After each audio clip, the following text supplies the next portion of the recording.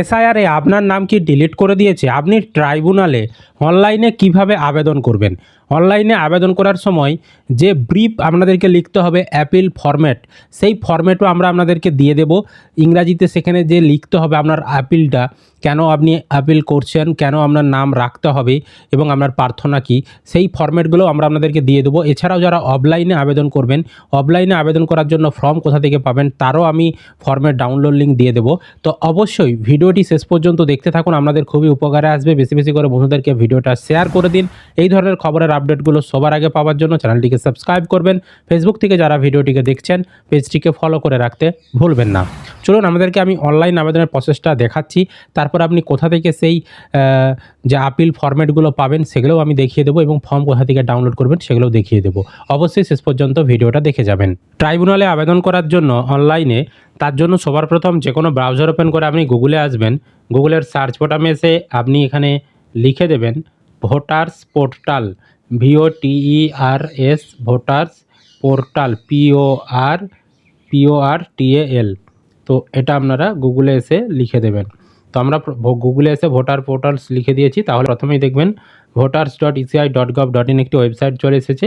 এই ওয়েবসাইটের উপরে আপনি ক্লিক করবেন, বা আপনি সরাসরি গুগলে একবারও সার্চ করতে পারেন voters.eci.gov.in, তাহলেও কিন্তু আপনি সরাসরি ইলেকশন কমিশনের যে ওয়েবসাইট, সেই ওয়েবসাইটের ভিতরে কিন্তু চলে আসতে পারবেন। তো আপনার সামনে এই ধরনের ওয়েবসাইট খুলে যাবে। এবার এই ওয়েবসাইটে আসার পর দেখবেন সার্ভিস অপশান রয়েছে।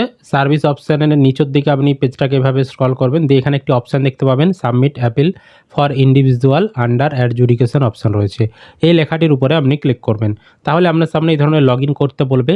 তো আপনি যাদের এই যে আইডি এই ওয়েবসাইটে বানানো নেই, মানে ভোটার্স পোর্টাল ওয়েবসাইটে যাদের আইডি বানানো নেই তাদেরকে কিন্তু আগে এখানে আইডি বানাতে হবে। যদি আইডি বানানো না থাকে সাইন আপ এখানে ক্লিক করে আইডি বানাতে হবে। তো আমাদের যেহেতু আইডি বানানো রয়েছে, আমরা এখানে মোবাইল নাম্বার বসাবো। তারপর এখানে আপনাকে যেমন ক্যাপচা কোড দেখাবে সেটি এন্টার ক্যাপচার ঘরে বসাবেন, দিয়ে রিকোয়েস্ট ওটিপি ওটাবে ক্লিক করলে আপনার ফোন নাম্বারে ওটিপি যাবে। সেই ওটিপি বসিয়ে দিলেই আপনি এর ভেতরে প্রবেশ করে যাবেন। তো আমরা রিকোয়েস্ট ওটিপি করেছি, তাহলে দেখবেন এখানে ওটিপি দেওয়ার একটি ঘর চলে এসেছে। আপনার ফোনে যে ওটিপিটি পাঠানো হয়েছে সেটি এখানে বসাবেন এন্টার ওটিপির ঘরে। তারপর এখানে ভেরিফাই অ্যান্ড লগ ইন এই অপশানে ক্লিক করে দেবেন।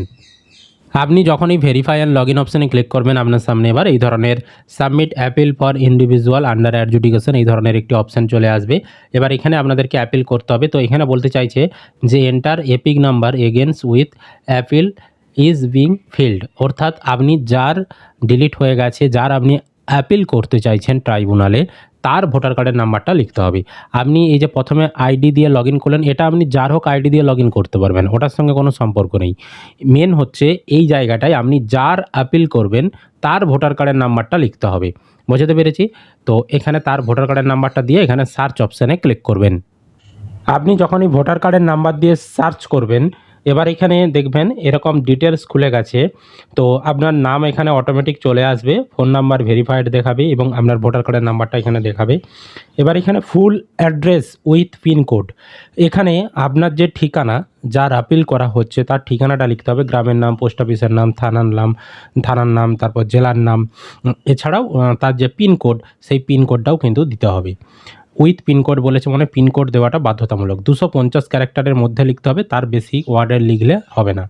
তারপর এখানে brief fact of the appeal, অর্থাৎ আপনি কিসের জন্য আবেদন করছেন, আপনার আবেদন করার কারণটা বা আপনার আবেদন করার যে বিবরণটা সেটা এখানে লিখতে হবে। সর্বোচ্চ 1000 ক্যারেক্টারের মধ্যে, তার কম হলে কোনো সমস্যা নেই, কিন্তু 1000 ক্যারেক্টারের বেশি হওয়া চলবে না। তো এই যে ফরম্যাট, এখানে কি লিখবেন আমি একটা ফরম্যাট তৈরি করে রেখেছি, আমি দুটো ফরম্যাট আপনাদেরকে দেব। সেই ফরম্যাটগুলো আপনারা আপনাদের মতন করে এখানে লিখতে পারেন, বা আপনি আপনার মতন করে গুছিয়েও এখানে ইংরাজিতে লিখতে পারেন। তারপর রিলিফ যেটা বলেছে, রিলিফ মানে হচ্ছে আপনার প্রার্থনাটা কি, আপনি কি চাইছেন ট্রাইব্যুনালের কাছে, সেই প্রার্থনাটা এখানে লিখতে হবে। 500 ক্যারেক্টারের মধ্যে সর্বোচ্চ, আপনি 500-র কমেও লিখতে পারেন, বেশি হলে চলবে না। আর প্লেস, এখানে আপনার ঠিকানাটা লিখতে হবে, মানে আপনার স্থানের নামটা লিখে দেবেন, দিয়ে এখানে সাবমিট করে দিলেই আপনার ট্রাইব্যুনালে আবেদনটা হয়ে যাবে এবং আপনাকে একটা রেফারেন্স নাম্বার কিন্তু দিয়ে দেবে। তবে আমি আপনাদেরকে পরামর্শ দেব, এখন তাড়াহুড়ো করে অনলাইনে আবেদন করতে যাবেন না, কারণ এখানে কোনো এখনও ডকুমেন্টস আপলোডের কিন্তু অপশান দেয়নি। ভবিষ্যতে দেয় কিনা সেই কারণে একটু আপনারা অপেক্ষা করে যান, কারণ একবার আবেদন করে দিলে আপনারা হয়তো দ্বিতীয়বার আবেদন করার আর সুযোগ পাবেন না অনলাইনে। তাই একটু ধৈর্য ধরে যান। এটা 29 তারিখ থেকে শুরু হয়েছে, এখনও 15 দিন কিন্তু চলবে। তো আপনারা কিছুদিন অপেক্ষা করে যান, মাঝামাঝি সময় করে অনলাইনে আবেদনটা করবেন, কারণ এখানে কোনো নতুন অপশান আর দেয় কিনা সেই জন্য আমি বলছি, বা আরও বিষয়টা আপনারা পরিষ্কারভাবে জানতে পারবেন সেই কারণে আমি একটু অপেক্ষা করে যেতে বলছি। ঠিক আছে, আপনারা অফলাইনে আবেদনটা করতে পারেন ডিএম অফিসে বা এসডি অফিসে। অফলাইনের ফর্ম কোথা থেকে পাবেন আমি একটু পরেই দেখাচ্ছি। এবার দেখুন এই যে এই অ্যাপিল ফরম্যাট, এখানে আপনি কি লিখবেন আর এই রিলিফে আপনি কি লিখবেন, আমি দুটো ফরম্যাট আপনাদেরকে দেখাচ্ছি। সেই ফরম্যাটগুলো আপনারা সেখান থেকে আমি একটা জায়গায় লিখে রেখেছি, সেখান থেকে কপি পেস্ট করে এখানে আপনাদের মতন আপনারা লিখতে পারেন।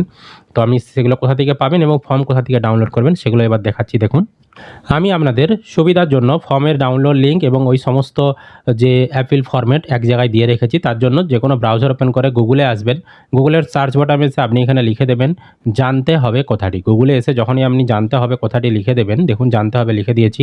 প্রথমেই দেখবেন একটি ওয়েবসাইট জানতে হবে .in চলে আসবে, আর এখানে জানতে হবে লেখা দেখতে পাবেন। এই যে লেখাটি রয়েছে এর উপরে আপনি ক্লিক করে দেবেন, তাহলে আপনার সামনে এই ধরনের একটি ওয়েবসাইট খুলে যাবে। এবার এই ওয়েবসাইটে আসার পর ডান দিকে দেখবেন এই ধরনের একটি সার্চ অপশান রয়েছে, এই সার্চ অপশানে আপনি ক্লিক করে দেবেন। এবার এই সার্চে এসে আপনি এখানে লিখে দেবেন ট্রাইব্যুনাল, TRI ট্রাইব্যুনাল, BUNAL, আর কিচ্ছু লিখতে হবে না। যখনই ট্রাইব্যুনাল কথাটি লিখে দেবেন এখানে দেখবেন একটি আর্টিকেল চলে এসেছে, SIR ট্রাইব্যুনালে আবেদন, SIR ট্রাইব্যুনাল অ্যাপিল ফর্ম। এই অপশানটায় আপনি ক্লিক করবেন, তাহলে আপনার সামনে এই ধরনের একটি আর্টিকেল খুলে যাবে। এই আর্টিকেলের ভেতরেই কিন্তু সমস্ত তথ্যগুলো দেওয়া রয়েছে। আপনি পেজটাকে নিচের দিকে এভাবে স্ক্রল করবেন, এখানে স্ক্রল করলে দেখুন অনলাইনে আবেদন করার সময় আপিল ঘরে কি লিখবেন, এখানে আমরা এক্সাম্পল 1 আর এক্সাম্পল 2 দুটো দিয়ে রেখেছি। পরবর্তী সময়ে আরও আমরা যখন উদাহরণ বা এক্সাম্পল পাবো এখানে আমরা দিয়ে রাখবো। দেখুন এখানে আমরা কি এক্সাম্পল দিয়ে রেখেছি, যে আমরা ব্রিফ ফ্যাক্টে আপনি কি লিখবেন, মানে প্রথমে যে 1000 ওয়ার্ডের মধ্যে লিখতে হবে সেখানে আপনি কি লিখবেন তার একটা আমরা ফরম্যাট বানিয়ে রেখেছি। এই ফরম্যাটটা আপনারা সেখানে লিখে দেবেন, শুধুমাত্র আপনি আপনার মতন করে চেঞ্জ করে নেবেন। যেমন এই যে আই দিয়ে ইওর নেম, এখানে আপনার নাম লিখবেন যিনি আবেদন করছেন। তারপর এখানে electoral role of constituency name, আপনার বিধানসভার নামটা আপনি এখানে লিখে দেবেন। এগুলো শুধু চেঞ্জ করে নিতে হবে। তারপর আপনার এটা হয়ে গেল, এটা কপি করে সেখানে আপনি পেস্ট করে দিলেন, এগুলো চেঞ্জ করে নিলেন। এবার রিলিফের ঘরে কী লিখবেন, মানে আপনার প্রার্থনাটা কী লিখবেন, এখানে আমরা প্রার্থনাটাও লিখে দিয়েছি। এই প্রার্থনাটা আপনি সেখানে লিখে দেবেন। তারপর আমি এটা 1 নম্বর উদাহরণ, আরেকটা আমি এক্সাম্পল দিয়ে রেখেছি। দেখুন এই যে brief fact of the appeal, brief fact আপনি কি লিখবেন, এখানে এই যে দেখতে পাচ্ছেন আই এম রাইটিং দিয়ে এখানে একটা ফরম্যাট দেওয়া রয়েছে, দিয়ে এখানে আমরা এপিক নাম্বারের ঘরে শূন্যস্থান, এখানে আপনার ভোটার কার্ডের নাম্বার, আপনার বিধানসভার যে নম্বর, তারপর পার নাম্বার, সিরিয়াল নাম্বার, এগুলো আপনাদেরকে এখানে লিখতে হবে। তারপর নিচে এখানে আপনি কত বছর ধরে বসবাস করছেন ওই স্থানে সেই বছরটাও আপনি এখানে লিখে দেবেন। তো এইভাবে কিন্তু ফরম্যাট রেডি করা রয়েছে, আপনারা কপি করবেন সেখানে পেস্ট করে দেবেন। এছাড়াও রিলিফ যেটা রয়েছে, রিলিফেও আমরা একটা দিয়ে রেখেছি, এই রিলিফটাও আপনি আই দিয়ে ইওর নেম আপনার নামটা লিখতে হবে, এখানে কপি করে সেখানে পেস্ট করে দেবেন। তাহলে আমরা দুটো উদাহরণ দিয়ে রেখেছি, আপনার যেটা ভালো মনে হবে সেটা লিখবেন বা আপনি আপনার মতন করে গুছিয়ে লিখবেন। আমরা আপনাদেরকে ডেমো হিসাবে, উদাহরণ হিসাবে দুটো অ্যাপিল ফরম্যাট দিয়ে রেখেছি, বুঝতে পেরেছি। এবার দেখুন এখান থেকে কপি করা যাবে কিন্তু, ঠিক আছে, এখান থেকে কপি করে আপনি পেস্ট করতেই পারবেন। এবার নিচে আসবেন, আপনারা যারা অফলাইনে আবেদন করবেন এসডি অফিসে বা ডিএম অফিসে, সেই আবেদনের ফর্ম কোথা থেকে পাবেন, এইখানে দেখুন ট্রাইব্যুনালে আবেদন করার অ্যাপিল ফর্ম ডাউনলোড লিঙ্ক দেওয়া রয়েছে, ক্লিক হিয়ার, এখানে আপনি ক্লিক করবেন। এখানে ক্লিক করলে আপনার সামনে দেখবেন এই ধরনের ডাউনলোড অপশান চলে আসবে, এখানে আপনি ডাউনলোড করে নেবেন। তাহলে কিন্তু আপনার সামনে এই ধরনের অ্যাপিল ফর্ম কিন্তু ডাউনলোড হয়ে যাবে। এই ফর্মটা পূরণ করে এর সঙ্গে কাগজ আপনাদেরকে অ্যাটাচ করে আপনারা অফলাইনে জমা করে দিন। আমার মতে বলে আপনারা দুইভাবেই আবেদন করবেন অ্যাপিল, অফলাইনে গিয়েও আপনারা ডিএম অফিসে বা আপনাদের জেলা শাসকের অফিসে জমা দিয়ে আসবেন, এছাড়াও অনলাইনেও কিন্তু আপনারা আবেদন করবেন, বুঝতে পেরেছি। আর অফলাইনে যখন আপনারা আবেদন করবেন এর সঙ্গে কী কী কাগজ জমা দিতে হবে তার কিন্তু সম্পূর্ণ তালিকা এখানে দেওয়া রয়েছে, 1 থেকে 9টা এখানে ডকুমেন্টসের লিস্ট দেওয়া রয়েছে। এই কাগজগুলো অবশ্যই কিন্তু আপনি জেরক্স ওই ফর্মের সঙ্গে অ্যাটাচ করে আপনার এসডি অফিসে অথবা ডিএম অফিসে জমা করে আসবেন, বুঝতে পেরেছি।